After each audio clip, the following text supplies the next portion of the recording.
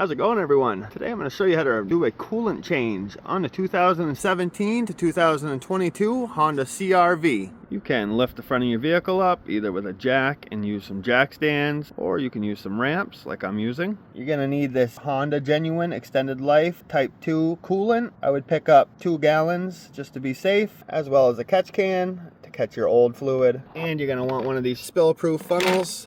Before you get into doing this job, you want to make sure your engine is nice and cool so you do not get burned by the coolant that comes out. Locate our coolant reservoir and we will remove the cap. Twist it, and then you can push down, twist it again, and it will lift off.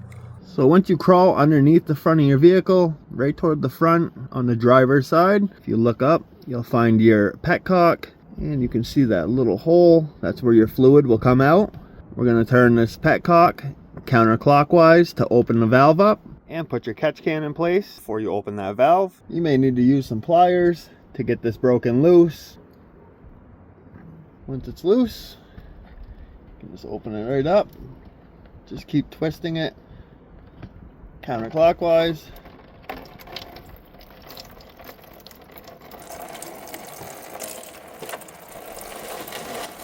And we'll let this fully drain out.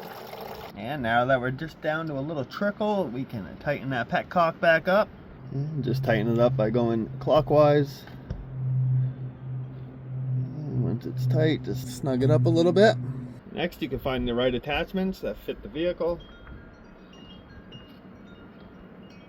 And put this cover down.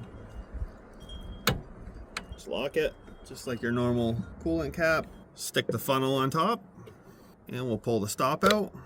So on the CRV, you can see the minimum and maximum line. You technically don't need to use one of these spill-proof funnels to bubble air out, but I like it because you don't make a big mess everywhere. You could just use a regular funnel. Make sure you have your vehicle flat when you start filling your fluid so you can make sure it's at the correct level. If you had it up on ramps like I did, you are okay to start it and drive it off the ramps real quick and then immediately shut it back off. And we can start adding our fluid.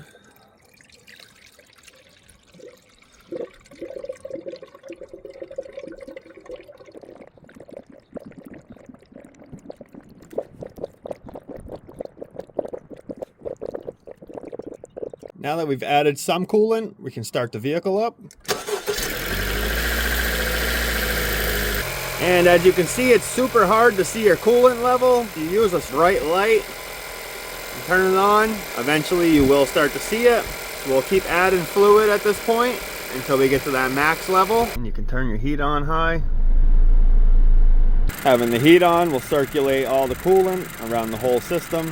If you guys have found this video helpful so far, if you could subscribe to my channel and give the video a like, I'd greatly appreciate it. And if you look, you can see the fluid right about there. We want to get it up into this top box.